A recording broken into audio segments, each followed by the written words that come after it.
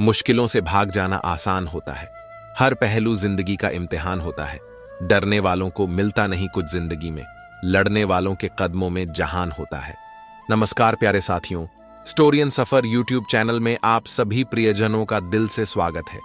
दोस्तों, आज की कहानी एक साधारण से लकड़हारे की है जिसने एक राजा की बेटी से विवाह किया।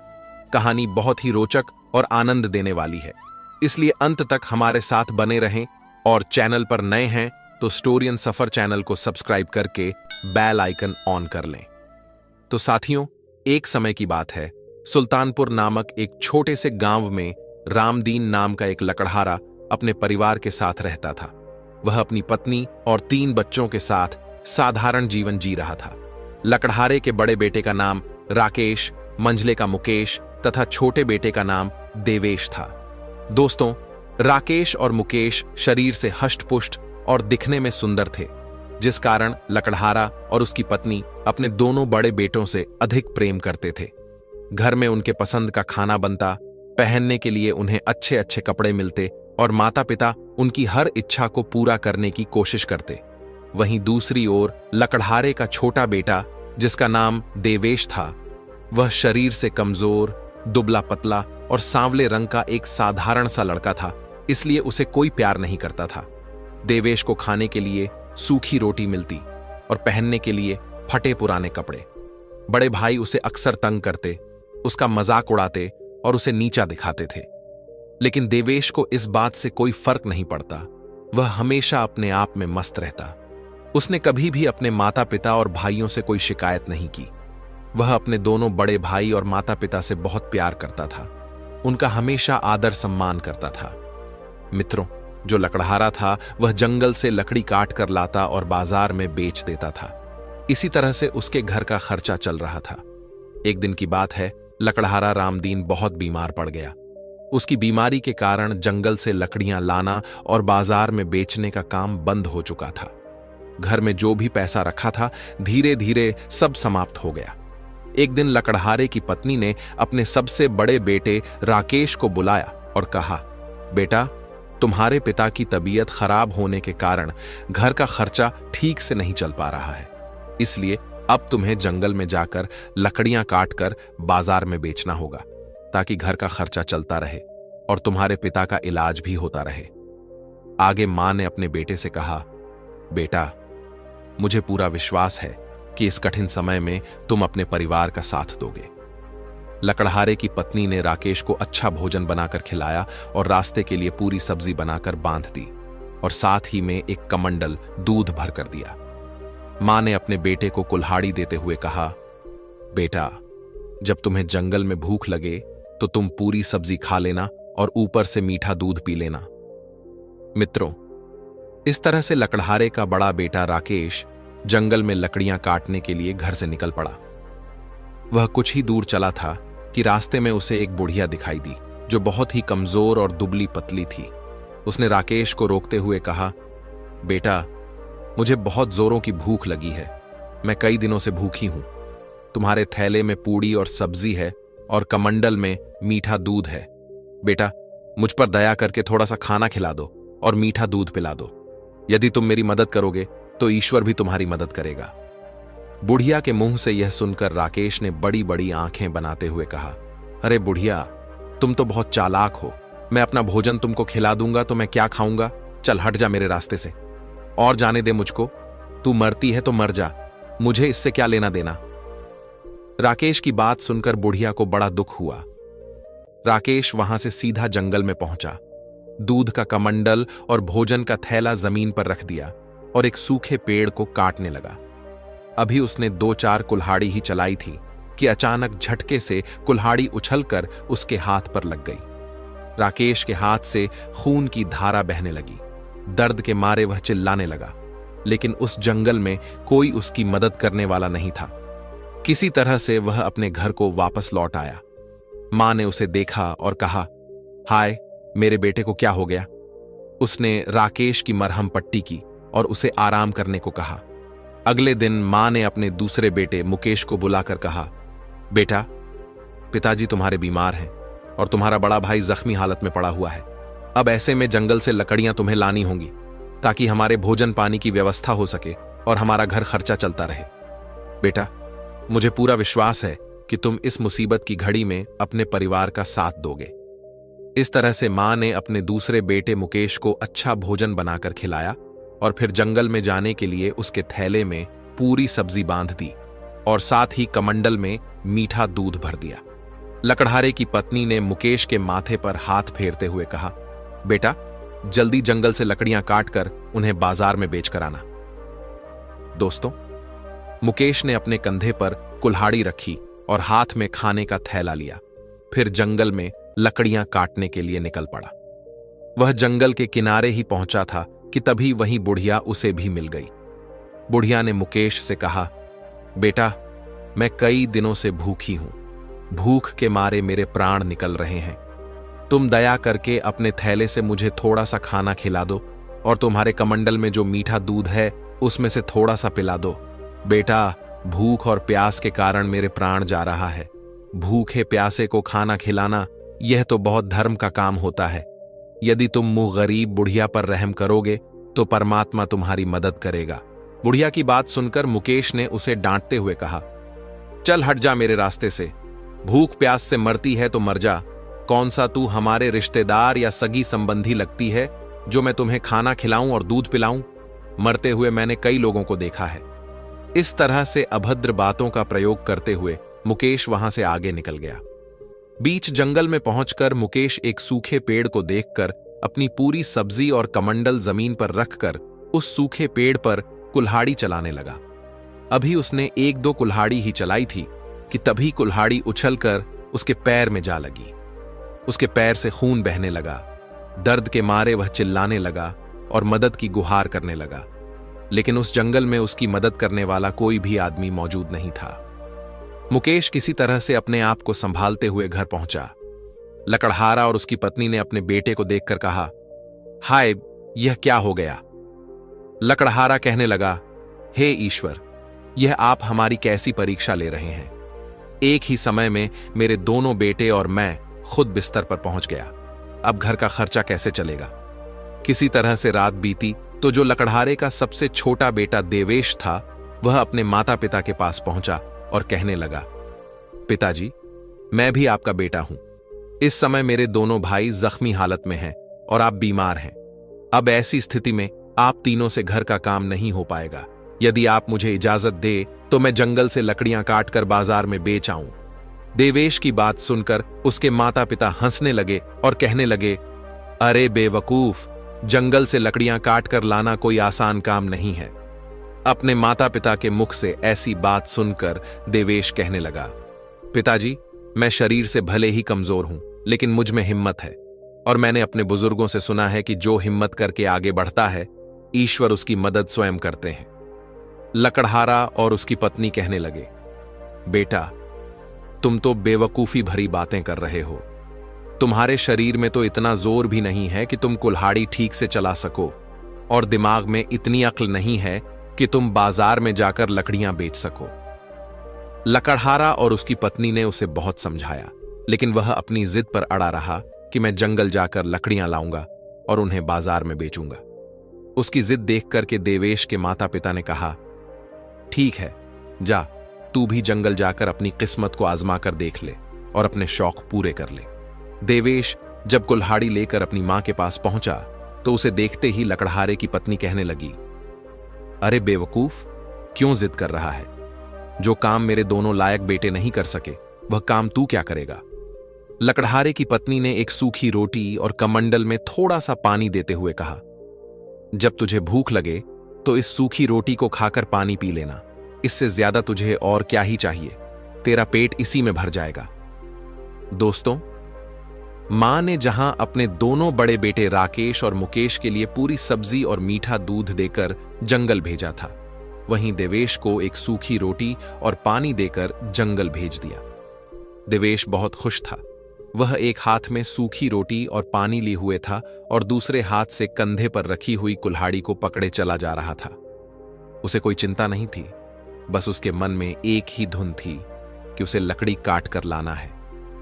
अभी देवेश जंगल के किनारे ही पहुंचा था कि तभी उसे भी वहीं बुढ़िया मिल गई जो उसके दोनों बड़े भाइयों को मिली थी।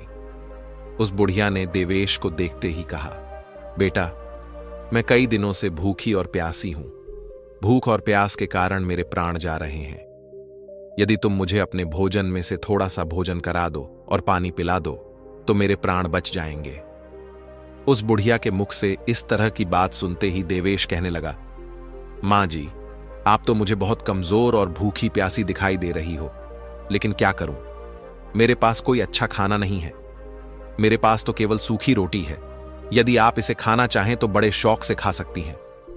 इतना कहकर के जैसे ही देवेश अपने थैलों को खोलने लगा तो उसके आश्चर्य का ठिकाना नहीं रहा।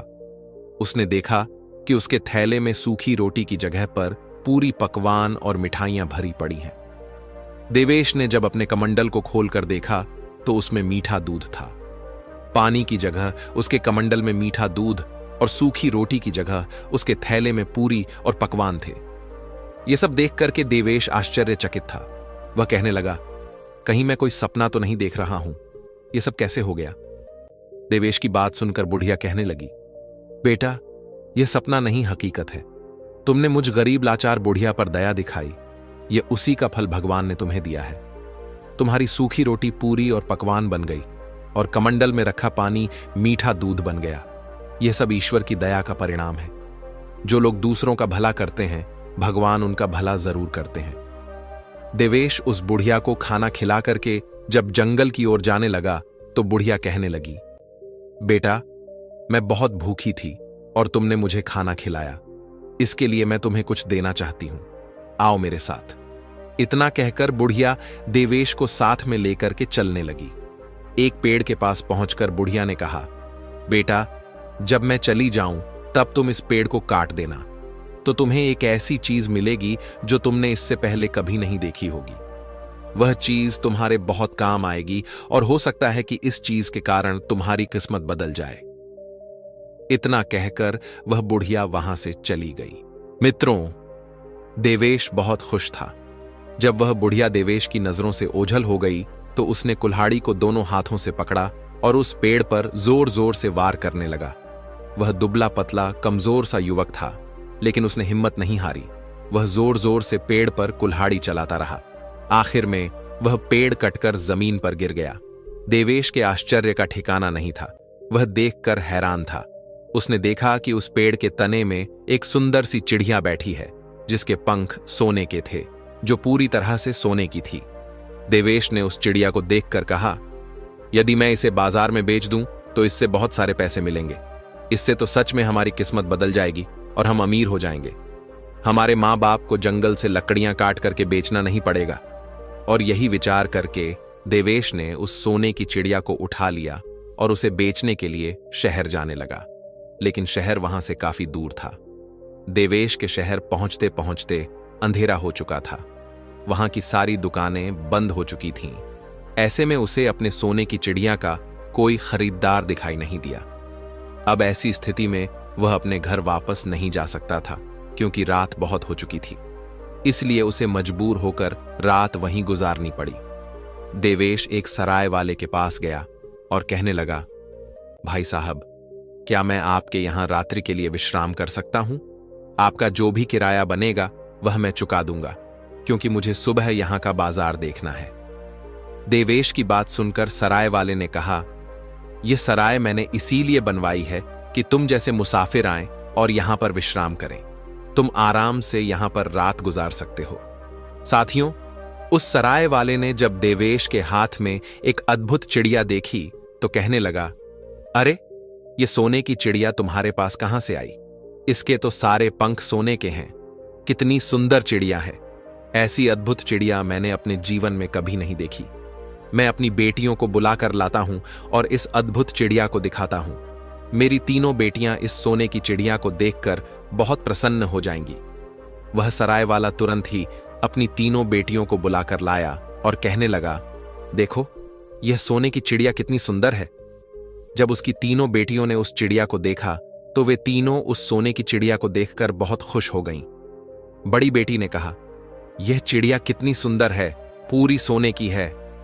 मंझली बेटी ने कहा, इसके पंख तो सोने के हैं। और सबसे छोटी बेटी ने देवेश कहा से, तुम बड़े किस्मत वाले हो जो ऐसी अद्भुत चिड़िया तुम्हारे पास है जो पूरी तरह से सोने की है। इस तरह तीनों बेटियां सोने की चिड़िया देखने के बाद उसकी तारीफ करते हुए वापस चली गईं। इधर देवेश जिस सराय में ठहरा हुआ था, वहां के मालिक से बात करने के बाद देवेश और सराय का मालिक अपने अपने कमरे में सोने के लिए चले गए। लेकिन देवेश उस सोने की चिड़िया को वहीं बरामदे में रखकर अपने कमरे में जाकर लेट गया।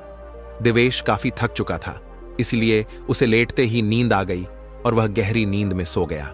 उधर वह सराय वाले की सबसे बड़ी बेटी थी, जिसके मन में उस सोने की चिड़िया को देखकर लालच पैदा हो गया।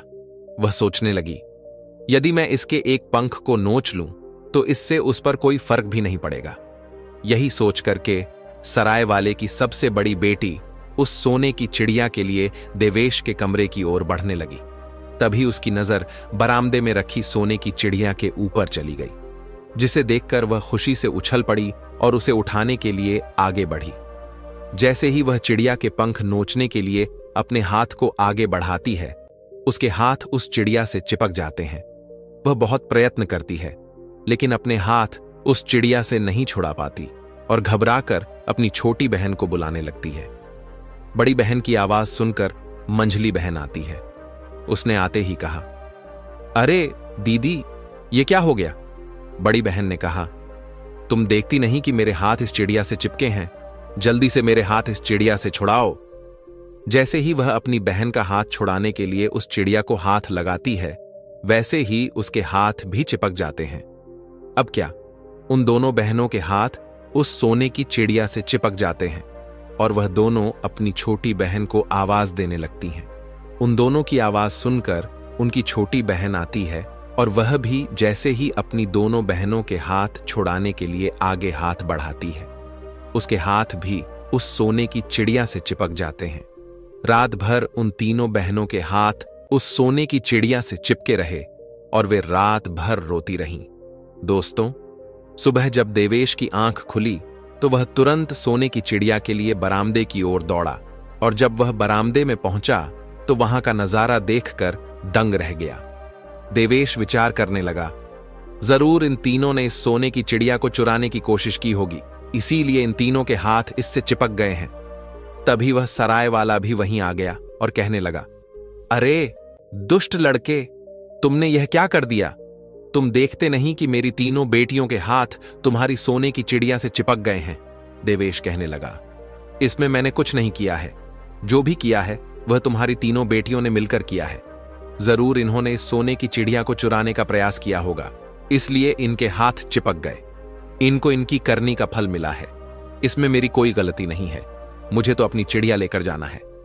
और इतना कहकर देवेश अपनी चिड़िया को लेकर वहां से चल पड़ा। उसकी सोने की चिड़िया के साथ उस सराय वाले की 3 बेटियां भी चल रही थीं, क्योंकि उन तीनों के हाथ उस सोने की चिड़िया से चिपके हुए थे। ऐसे में वह सराय वाला भी कुछ नहीं कर पा रहा था। उसकी तीनों बेटियां अपने बाप की ओर देख रही थीं और रो रही थीं, लेकिन वह बेबस था, कुछ भी नहीं कर पा रहा था। जब देवेश वहां से कुछ दूर शहर के बाहर निकला, तभी एक बूढ़े आदमी की नजर उन पर पड़ गई। वह बूढ़ा आदमी सराय वाले की तीनों बेटियों को देखकर पहचान गया। वह सोचने लगा कि यह तो उसी सराय वाले की बेटियां हैं, लेकिन यह लड़का आखिर इन तीनों को लेकर कहां जा रहा है? तभी उस बूढ़े आदमी ने आवाज लगाई, अरे बेटे, तुम इन तीनों लड़कियों को लिए कहां जा रहे हो? रुक जाओ। जब देवेश का उस बूढ़े व्यक्ति की बात पर ध्यान नहीं गया और वह चलता रहा, तब दौड़ करके वह बूढ़ा आदमी उन लड़कियों को छुड़ाने के लिए आया। जैसे ही उस बूढ़े आदमी ने उन लड़कियों को पकड़ने के लिए अपना हाथ बढ़ाया, वह भी उनके साथ चिपक गया। वह कहने लगा, यह क्या हो गया? मेरा हाथ कैसे चिपक गया? वह चिल्लाने लगा, बचाओ, कोई मुझे बचाओ। इस तरह से वह जोर जोर से आवाज लगाकर चिल्लाने लगा। तभी वहां से एक राहगीर गुजर रहा था। उस राहगीर ने देखा कि एक लड़का एक चिड़िया को अपने बगल में दबाए चला जा रहा है और उस चिड़िया के पीछे पीछे 3 लड़कियां जो रोए जा रही हैं, और उन लड़कियों के पीछे एक बूढ़ा आदमी जो बचाओ बचाओ की आवाज लगा रहा है। उस राहगीर को कुछ समझ में नहीं आ रहा था और उसने दौड़ करके उस बूढ़े आदमी को बचाने के लिए जैसे ही हाथ लगाया, वह भी उनके साथ चिपक गया। डर के मारे वह राहगीर भी चिल्लाने लगा, बचाओ बचाओ, मेरे हाथ चिपक गए हैं। वहीं पर रास्ते में दो किसान अपने खेतों में काम कर रहे थे।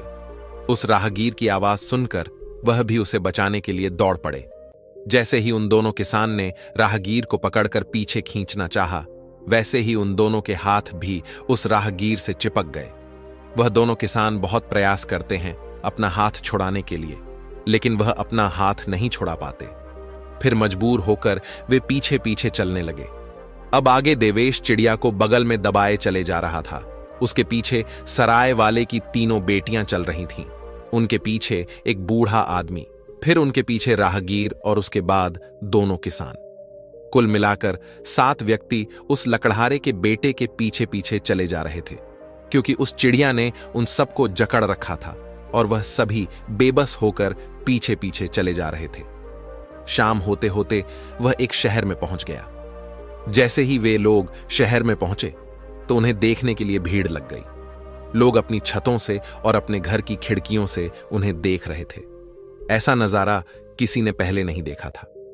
चलते चलते जब काफी समय हो गया तो सराय वाले की बड़ी बेटी ने देवेश से कहा, तुम ऐसे कब तक चलते रहोगे? हम लोग थक चुके हैं और रात भी होने वाली है। अब आगे जाने के बजाय यहीं पर रुक जाओ। तब देवेश उन सभी को लेकर एक जगह पर पहुंचा और कहने लगा, हम मुसाफिर हैं, क्या हम सभी आज रात्रि के लिए यहां पर रुक सकते हैं? उस बिल्डिंग का जो मालिक था वह कहने लगा, यह जगह हमने इसीलिए बनवाई है कि तुम जैसे मुसाफिर यहां आकर रुक सकें। तुम्हें यहां भोजन और बिस्तर सब कुछ मिलेगा। तुम आराम से यहीं रात गुजार सकते हो। देवेश उन सभी लोगों को लेकर उस बिल्डिंग के अंदर चला गया और वह सभी आगे पीछे करके वहीं पर बैठ गए। उन सभी को देखकर उस जगह के मालिक ने कहा, तुम्हारा यह काफिला तो बड़ा अनोखा है। ऐसा लगता है कि तुम यहां अपनी किस्मत आजमाने और राजकुमारी को हंसाने के लिए यहां आए हो। उसकी बात सुनकर देवेश कहने लगा, राजकुमारी को हंसाना, इसका क्या मतलब है? मैं कुछ समझा नहीं, मुझे साफ साफ बताओ। देवेश की बात सुनकर उस जगह के मालिक ने कहा, हमारे राजा की बेटी हमेशा उदास और गुम रहती है। उसके चेहरे पर कभी मुस्कान नहीं देखी गई। हकीमों और राजवैद्य ने कहा है कि यदि ऐसा ही रहा तो राजकुमारी बीमार पड़ सकती है और उसकी मृत्यु भी हो सकती है। इसीलिए राजा ने यह घोषणा करवा दी है कि जो भी राजकुमारी को हंसा देगा उसका विवाह राजकुमारी से करा दिया जाएगा। जब से राजा ने यह घोषणा की तब से कई लोग अपनी किस्मत आजमाने के लिए आए, लेकिन कोई भी व्यक्ति राजकुमारी को हंसा नहीं सका। देवेश उस जगह के मालिक की बात सुनकर रात भर बेचैन रहा। वह सोचता रहा कि उसके साथ अनोखा काफिला है और शायद यही देखकर राजकुमारी हंस पड़े। अगर ऐसा हुआ तो उसका विवाह राजकुमारी से हो जाएगा और उसकी किस्मत बदल जाएगी। इसी विचार से वह रात भर करवटें बदलता रहा। सुबह होते ही उसने अपनी सोने की चिड़िया को बगल में दबाया और काफिले को लेकर राजमहल की ओर चल पड़ा। 7 आदमी सोने की चिड़िया से चिपके देवेश के पीछे पीछे चले आ रहे थे। जैसे ही देवेश राजमहल के मुख्य दरवाजे पर पहुंचा तो पहरेदार यह दृश्य देखकर ठहाके मारकर हंसने लगा। फिर कुछ देर बाद पहरेदार देवेश से बोला, वाह भाई, तुम्हारा यह काफिला बहुत अद्भुत है। इसे देखकर लोग हंसते हंसते लोटपोट हो जाएंगे। मैं जान गया हूं कि तुम यहां क्यों आए हो। पहरेदार ने उसी समय जाकर राजा को सारी बात बताई। राजा ने तुरंत देवेश को दरबार में पेश करने का आदेश दे दिया। देवेश और उसका काफिला राजा के दरबार में हाजिर हो गए। देवेश ने राजा को अपना परिचय दिया और बोला, महाराज, मैंने आपकी घोषणा सुनी है और इसीलिए मैं अपनी किस्मत आजमाने के लिए आया हूं। यदि आप आज्ञा दें तो मैं राजकुमारी को हंसा दूंगा। मुझे विश्वास है कि राजकुमारी को हंसी जरूर आएगी। राजा ने काफिले को देखकर कहा, वाह, बहुत खूब, यह काफिला तो बहुत अद्भुत है। राजा सोचने लगा, एक लड़के के बगल में सोने की चिड़िया और उससे चिपके हुए 7 व्यक्ति, ये तो हंसी नहीं ठहाके लगाने वाली बात है। राजा ने राजकुमारी को दरबार में बुलवाया। साथियों, राजकुमारी जब दरबार में आई तो बहुत उदास और गुमसुम थी, लेकिन जैसे ही उसकी नजर देवेश पर पड़ी और उसके बगल में सोने की चिड़िया और उसके साथ 7 आदमी को देखा तो राजकुमारी अपनी हंसी रोक न सकी। वह ठहाके मारकर हंसने लगी और हंसते हंसते लोटपोट हो गई। राजकुमारी इससे पहले कभी इतनी जोर से नहीं हंसी थी। सारा दरबार हंसने लगा। राजा राजकुमारी को हंसते हुए देखकर खुश हो गया। राजकुमारी के हंसी के कारण सोने की चिड़िया से चिपके हुए लोग धीरे धीरे आजाद हो गए। तभी देवेश ने सोने की चिड़िया को सराय वाले की सबसे बड़ी बेटी को दे दिया और कहा, यह सोने की चिड़िया अब तुम्हारी है, तुम इसे अपने घर ले जा सकती हो। बूढ़ा आदमी, राहगीर और दोनों किसान भी अपने अपने घर चले गए। लेकिन देवेश राजा के दरबार में खड़ा था और सोच रहा था कि राजा अपनी घोषणा के अनुसार उसका विवाह राजकुमारी से करा देगा। लेकिन दोस्तों, राजा की नीयत बदल चुकी थी। राजा सोच रहा था कि देवेश ने राजकुमारी को हंसा तो दिया, पर वह एक मामूली लकड़हारे से राजकुमारी का विवाह कैसे कर सकता है। राजा किसी भी हाल में उस मामूली लकड़हारे को अपना दामाद नहीं बनाना चाहता था। राजा ने एक उपाय सोचा जिससे राजकुमारी का विवाह देवेश से न हो सके। उधर देवेश राजकुमारी से विवाह करने के लिए उतावला था। उसने राजा से कहा, महाराज, मैंने आपकी शर्त पूरी कर दी है। अब आप भी अपनी शर्त के अनुसार राजकुमारी का विवाह मेरे साथ कर दीजिए। राजा ने कहा, तुम अब भी हमारी बेटी के लायक नहीं हो। पहले उसके लायक बनो, फिर हमसे मिलो। देवेश ने पूछा, महाराज, अब आप मुझसे क्या चाहते हैं? तब राजा ने कहा, तुम एक ऐसा आदमी ढूंढ कर लाओ जो 100 मन दूध एक साथ पी जाए। देवेश बहुत परेशान हुआ। वह सोचने लगा, अब ऐसा आदमी कहां मिलेगा। इसी सोच में वह उसी जंगल की ओर निकल गया जहां उसे वह बुढ़िया मिली थी। चलते चलते देवेश सोचने लगा, मैं उसी बूढ़ी मां से अपनी समस्या कहूंगा जिसने मुझे सोने की चिड़िया दिलवाई थी। हो सकता है वह कोई समाधान निकाल दे। जब वह जंगल पहुंच गया तो उसी पेड़ के पास गया जहां उसे सोने की चिड़िया मिली थी। उस पेड़ के पास पहुंचकर देवेश ने देखा कि वह बुढ़िया रो रही थी। देवेश ने पूछा, माता जी, आप क्यों रो रही हो? जब बुढ़िया ने देखा यह तो वही लकड़हारा है जिसने उसे भूख से तड़पते वक्त भोजन दिया था, तो बुढ़िया के आंसू थम गए। तब बुढ़िया ने कहा, तुम बड़े नेक दिल आदमी हो, इसीलिए मैं तुमसे बता रही हूं। मेरे बेटे को बहुत प्यास लगी है। उसने मटका भर पानी पी लिया, लेकिन उसकी प्यास नहीं बुझी। यदि उसे 100 मन दूध मिल जाए तो उसकी प्यास बुझ सकती है। यह सुनकर देवेश खुश हो गया। वह बुढ़िया के बेटे को लेकर राजा के दरबार में पहुंचा और कहा, महाराज, आप जितना दूध पिलाना चाहते हैं पिला सकते हैं। यह आदमी 100 मन दूध पी लेगा। राजा ने उसे देखा और कहा, यह आदमी तो बहुत छोटा है, यह इतना सारा दूध कैसे पी लेगा। देवेश ने कहा, महाराज, आप इसकी चिंता मत करिए, आप दूध का इंतजाम कराइए। राजा की आज्ञा से दूध मंगवाया गया और उस छोटे आदमी ने दूध पीना शुरू किया। कुछ ही देर में दूध की सारी बाल्टियां खाली हो चुकी थीं।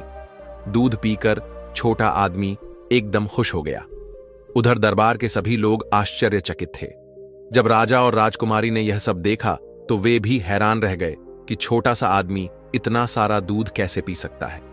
तब उस छोटे आदमी ने अपने पेट पर हाथ घुमाते हुए कहा, यदि दूध और हो तो ला सकते हो, अभी थोड़ी सी प्यास मुझे और बाकी है। इसके बाद देवेश उस छोटे आदमी के पास पहुंचा और धन्यवाद देते हुए कहा, आज मैं तुम्हारी वजह से राजा की शर्त को पूरी कर पाया हूं। फिर देवेश ने बुढ़िया के बेटे को धन्यवाद दिया और उसे विदा कर दिया, और वह छोटा आदमी राज दरबार से खुश होकर चला गया। तब देवेश राजा के पास पहुंचकर कहने लगा, महाराज, मैंने आपकी शर्त पूरी कर दी। अब आप भी अपने वचन के अनुसार राजकुमारी का विवाह मुझसे कर दीजिए। देवेश की बात सुनकर राजा ने कहा, लगता है बहुत जल्दी में हो, अभी तुम्हें एक काम और करना है। यह तो बड़ा आसान काम था, तुम कोई कठिन काम करके दिखाओ, इसके बाद मैं राजकुमारी का विवाह तुम्हारे साथ कर दूंगा। इतना कहकर राजा मन में विचार करने लगा कि अब कौन सा कठिन काम बताऊं जो यह कभी ना कर सके। फिर कुछ देर के बाद राजा ने देवेश से कहा, तुम मुझे ऐसा जहाज लाकर दो जो हवा, पानी और जमीन तीनों पर चलता हो। यदि तुम ऐसा जहाज लाकर मुझे दोगे तो मैं समझ जाऊंगा कि तुम राजकुमारी के लायक हो, और जब तक तुम्हें ऐसा जहाज ना मिले तब तक लौटकर हमारे पास मत आना, और अगर तुमसे यह काम ना हो तो दोबारा अपनी शक्ल मुझे मत दिखाना। इतना कहकर राजा दरबार से उठकर चला गया। वह सोच रहा था कि यह कोई आसान काम नहीं है, यह कभी नहीं कर पाएगा। राजकुमारी यह सब बातें सुन रही थी। देवेश के चले जाने पर राजकुमारी ने राजा से कहा, पिताजी, यदि किसी के साथ वादा करो तो उसे निभाना चाहिए। आपने उसके साथ बहुत गलत किया है। राजकुमारी की बात सुनकर राजा कहने लगा, तुम इस मामले में बिल्कुल चुप रहो। मैं तुम्हारा विवाह उसके साथ कराऊंगा जो तुम्हारे लायक होगा। मैं इस साधारण लकड़हारे को अपना दामाद नहीं बना सकता। राजकुमारी अपने पिता की बात सुनकर अपने कक्ष में वापस चली गई। मित्रों, इधर देवेश बहुत परेशान था। वह सोच रहा था कि राजा ने तो आज नई समस्या खड़ी कर दी। देवेश ने सोचा कि अब वह राजा को ऐसा जहाज कहां से लाकर दूं। सोचते सोचते उसे उस बूढ़ी मां का ख्याल आया और उसने फिर वहीं पर जाने का निश्चय किया जहां पर उसे वह सोने की चिड़िया मिली थी। यही विचार कर देवेश फिर उसी जगह पर पहुंच गया। देवेश को उदास देखकर वह बुढ़िया पूछने लगी, बेटा, क्या बात है? आज तुम बहुत उदास दिखाई दे रहे हो। देवेश ने सारी बात उस बुढ़िया को बता दी कि उसके साथ क्या क्या हुआ। सोने की चिड़िया का मिलना, राजकुमारी का हंसना, आज तक की सारी बात। देवेश ने कहा, माताजी, अब राजा ने कहा है कि मैं एक ऐसा जहाज लेकर आऊं जो पानी, जमीन और आसमान तीनों पर चलता है। अब ऐसा जहाज मैं कहां से लेकर आऊं? देवेश की बात सुनकर बुढ़िया कहने लगी, बेटा, मुझे तुम्हारी नेकी याद है जो तुमने मेरे साथ और मेरे प्यासे बेटे के साथ किया। उसके लिए मैं तुम्हारी एहसानमंद हूं और मैं हर तरह तुम्हारी मदद करूंगी। बेटा, तुम चिंता मत करो। मैं तुम्हें एक ऐसा जहाज बनाकर दूंगी जो हवा, पानी और जमीन तीनों पर चलता है। इतना कहकर बुढ़िया जहाज बनाने में जुट गई। कुछ दिनों के बाद जहाज बनकर तैयार हो गया। देवेश ने जब वह जहाज देखा तो बहुत प्रसन्न था। देवेश ने उस जहाज पर उस बुढ़िया को भी बैठाया और राजमहल की ओर चल दिया। राजमहल पहुंचकर जब देवेश उस जहाज से नीचे उतरा तो राजा के आश्चर्य का ठिकाना नहीं था। वह सोच रहा था, कैसे नामुमकिन काम को यह मुमकिन कर रहा है। लगता है नियति भी यही चाहती है कि इन दोनों का विवाह हो। तभी तो जो बातें कोई सपने में नहीं सोच सकता वह उसने मुमकिन करके दिखाया। राजा समझ चुका था कि अब यह मेरी बेटी के योग्य है। अब इससे योग्य और कोई दूसरा नहीं हो सकता। और इस तरह से विचार कर राजा ने राजकुमारी का विवाह देवेश नाम के उस लकड़हारे के साथ कर दिया। कुछ दिनों के बाद देवेश उस राज्य का राजा बन गया और इस तरह उसकी किस्मत बदल चुकी थी। जब उसके माता पिता को यह बात पता चली कि उसका जो सबसे बेवकूफ लड़का था, जिसे वह नकारा समझ रहे थे, वह तो बड़ा बुद्धिमान निकला। दोस्तों, यह सब जो था वह उस लकड़हारे देवेश के नेक दिली का परिणाम था जिसने उसकी किस्मत पूरी तरह से बदल दी थी। यह उसकी नेकी का फल था क्योंकि उसके दिल में दया थी। उसने भूखे को भोजन करवाया था और प्यासे को पानी पिलाया था। उसने नेक काम किया था, इसलिए भगवान ने उसकी मदद की। उसे एक साधारण लकड़हारे से राजा बना दिया। दोस्तों, लोग चाहे जो कहें, लेकिन अपनी नेकी, कर्म और किस्मत में विश्वास रखें।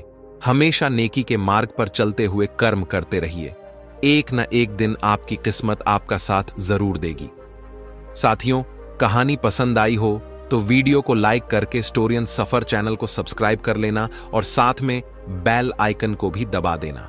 मिलता हूं आपको एक और प्रेरणादायक और मजेदार कहानी के साथ। धन्यवाद। जय श्री कृष्णा।